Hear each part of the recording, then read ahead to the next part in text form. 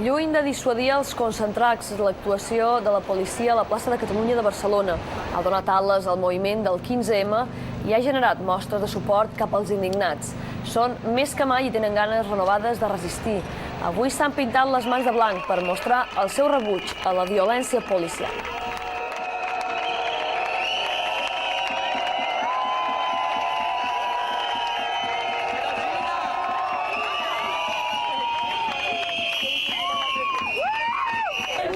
El desallotjament forçós d'ahir a la plaça de Catalunya de Barcelona ha encoratjat encara més els acampats a la ja coneguda com plaça d'Islàndia de Palma. Asseguren que pensen continuar endavant amb les reivindicacions fins que canviïn les coses. Migdia a la plaça d'Islàndia. Més d'un centenar de persones escolten atentament una acurada explicació sobre com funciona el mercat financer. Es tracta d'un dels tallers que cada dia s'organitza al campament, on, per cert, no manca cap tipus de servei. Toda la comida que tenemos es de gente que nos la trae.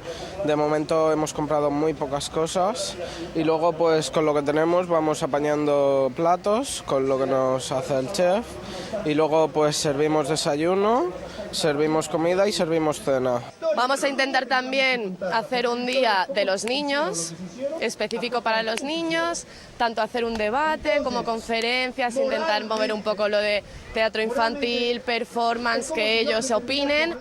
I és que l'organització és imprescindible si volen dur a terme el seu compromís de continuar acampats de manera definitiva, com ja han anunciat altres ciutats. S'ha apuntat també Sevilla, em sembla, i crec que Bilbao i València pot ser.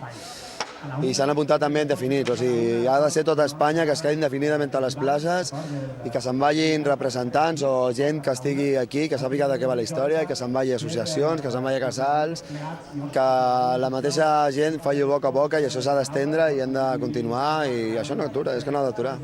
Insisteixen en la importància de participar a les assemblees que es fan cada hora baixa. La plataforma Democràcia Real ha convocat una concentració per demà en senyal de rebuig pels desallotjaments de Barcelona.